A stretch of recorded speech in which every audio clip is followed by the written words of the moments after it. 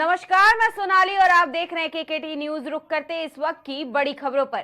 खबरदार से है, जहां मनावर में विधायक पद के उम्मीदवार कांग्रेस प्रत्याशी डॉक्टर हीरालाल अलावा ने अपना नामांकन दाखिल किया, जहां हजारों की तादाद में कार्यकर्ता शामिल हुए। इसके बाद डॉक्टर हीरालाल के द्वारा बंकनाथ अटल दरबार मंदिर में भगवान भोलेनाथ का पूजा अर्चना किया गया और बाइक रैली के माध्यम से एसडीएम कार्यालय मनावर में पहुंचकर नामांकन दाखिल किया गया।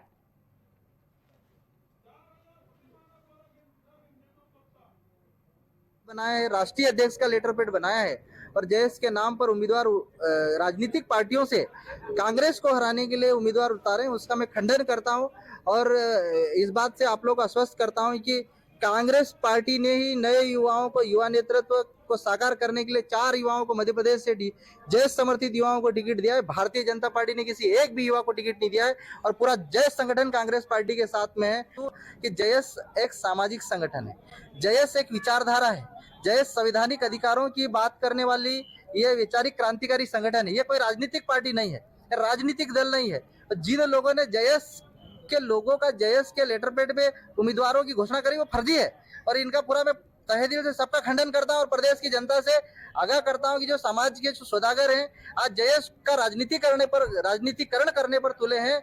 इनको कड़ी से कड़ी इनका जनता इलाज करे। आने वाले समय में ऐसे संगठन को बदनाम कर रहे हैं ये लोग जो पूर्णतः सामाजिक है, सामाजिक था और सामाजिक रहेगा। और जो लोग जयेश के लेटर पैड का राजनीतिकरण कर रहे हैं, इनके ऊपर हम कानूनी कार्रवाई भी कराएंगे। आप लोगों में बताना चाहिए, हम कांग्रेस की सरकार बनाएंगे, कमलनाथ जी को मुख्यमंत्री बनाएंगे और भारी बहुमत से हम जीत। कुछ लोगों ने फर्जी प्रदेश अध्यक्ष का लेटर पैड बनाया है।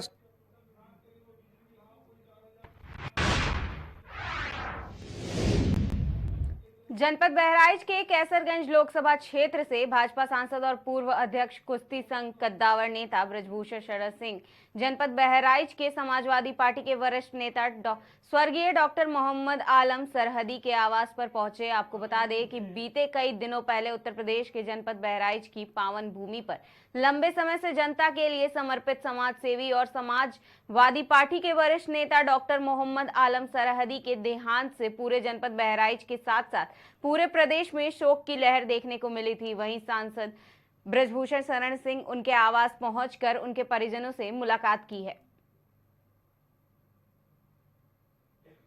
तरीके से हम उनसे कुछ सीखते थे और उनके अंदर एक विशेषता थी कि इधर लगभग 1.5 साल से जैसे मेरे ऊपर कुछ संकट आया, तो कहते हैं दोस्त की और दुश्मन की पहचान होती है संकट के समय। हर तीसरे दिन फोन करके मेरा हालचाल लेते थे और 10-5 लोगों को लेकर के महीने में एक आध बार पहुंचते भी थे और सिर्फ एक चीज कि कहीं मेरी जरूरत हो तो जरूर याद करिएगा। अब ऐसे इंसान के बारे में क्या कहा जाए, समय के पहले चले गए, तकलीफ है, लेकिन ये बच्चे हैं, इन बच्चों से हम यही कहना चाहेंगे हौसला रखें।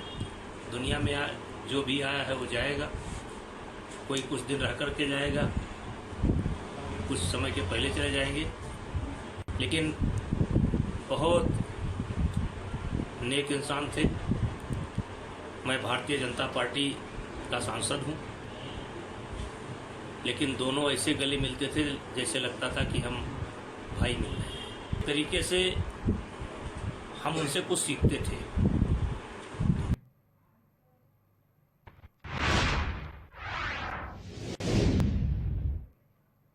जनपद जालौन से एक नया मामला सामने आया है, जहां सरकार की महत्वाकांक्षी योजना मनरेगा दम तोड़ती नजर आ रही है और उसके पीछे का कारण मनरेगा मजदूरों के काम का भुगतान ना होना है। आपको बता दें कि जालौन जिले के कुठोंद ब्लॉक और कालपी क्षेत्र के कुछ गांवों में लोगों की दिवाली अब अंधेरे में गुजरने वाली है, क्योंकि यहां मनरेगा मजदूरों को उनके काम का भुगतान पिछले 3 महीनों से नहीं मिला है और ज्यादातर मजदूर भुखमरी की कगार पर आ पहुंचे हैं। तो वहीं कुछ मजदूरों ने तो मनरेगा में काम करना भी बंद कर दिया है और रोजगार की तलाश में अन्य जनपदों में निकल पड़े हैं।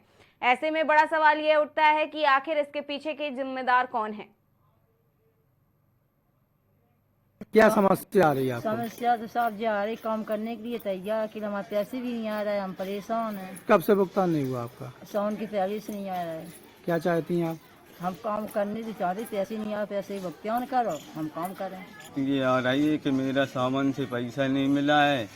दीपावली पास में आ रही है, बच्चों की दीपावली मनाने के लिए मेरी दीपावली नहीं मन पाएगी। हमारे जो काम करते हैं पैसे टाइम से आ नहीं रहे हैं और ये दीपावली नज़दीक आ रही है, खर्चे पानी के लिए हैरान है और प्रधान जी से कहते हैं तो थोड़े बहुत पैसे 200-400-500 रुपये दे देते हैं, बस इससे हमारा खर्चा चल रहा है और पैसे आ नहीं रहे हैं। और दीपावली साहब कैसे मनेगी? मैं मजदूरी कर रहा है, पैसा आ नहीं रहा है, हम बच्चों को क्या खवाएं? क्या चाहती हैं आप? हम क्या चाहते हमें मजदूरी को पैसा मिले, हम बच्चों को अच्छे से त्योहार मनाएं। रात दिन मेहनत करें, पैसा नहीं आए तो कैसे क्या कर लें? क्या समस्या आ रही है आपको? समस्या तो साहब जी आ रही, काम करने के लिए तैयार कि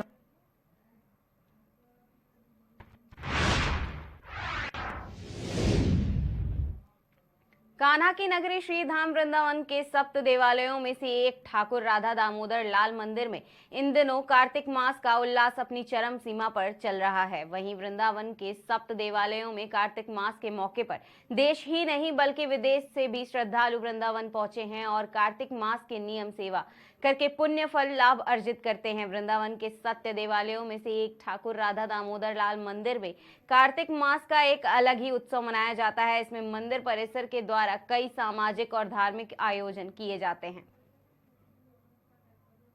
जो वर्ष में सबसे विशेष आध्यात्मिक जो मास होता है, दामोदर मास, कार्तिक मास, नियम सेवा मास, जो कि वृंदावन में राधा दामोदर मंदिर में आज राधा दामोदर मंदिर में मंदिर के परम पूज्य आचार्य श्री कनिका प्रसाद गोस्वामी जी, बड़े गोसाई जी महाराज के पावन सानिध्य में आज वृंदावन के अनेक विधवा बूढ़ी वृद्ध माओं को अन्न राशन दान किया गया, साथ में उनको दक्षिणा वितरित किया गया। कार्तिक मास के प्रारंभ हो चुका है। आज तृतीय तिथि है जिसमें राधा दामोदर जी का प्रातःकालीन विशेष राजवेश श्रृंगार किया गया, भगवान को 56 भोग अर्पण किया गया, ठाकुर जी का समस्त गर्भगृह फूलों से सजाया गया। मंदिर में देश के नहीं विदेश के अनेक भक्त कार्तिक मास में आके दीपदान, दामोदर अष्टकम का पाठ एवं मंदिर की 4 बार परिक्रमा लगा के श्री गिरिराज गोवर्धन परिक्रमा का फल प्राप्त का लाभ उठा रहे हैं। सुख, समृद्धि एवं प्रेम भक्ति आपको राधा दामोदर जी बरसाएं। जय जय श्री राधे, जय जय श्री राधे, जय जय श्री राधे। जो वर्ष में सबसे विशेष आध्यात्मिक जो मास होता जनपद गाजियाबाद के टीला मोड़ पर पुलिस और बदमाशों में मुठभेड़ हुई। मुठभेड़ में के दौरान बदमाश घायल हो गया, जिसे उपचार के लिए सीएचसी लोनी भेज दिया गया। वहीं अभियुक्त के अपराधी इतिहास के बारे में पता किया गया तो पूर्व से इस पर गैंगस्टर की कार्रवाई की गई है और लूट व अन्य मुकदमों में भी जेल जा चुका है।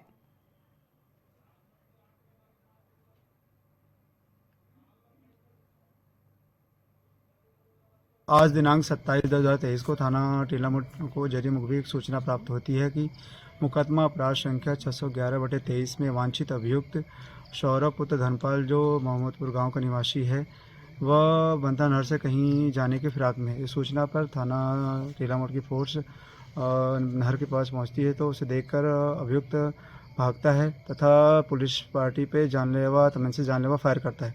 पुलिस पार्टी अपना बचाव करते हुए जवाबी फायर करती, जिसमें अभियुक्त के दाहिने पैर में गोली लगती है तथा वो घायल हो जाता है, जिसे उपचार हेतु सीएचसी लोनी भेज दिया गया है। जो अभियुक्त सौरभ है, इसके आपराधिक इतिहास के बारे में पता किया गया तो और उसे इस पर गैंगस्टर की कार्रवाई की गई है तथा यह लूट और अन्य मुकदमे पहले से भी ये जेल जा चुका है। आज दिनांक 27/10/23 को थाना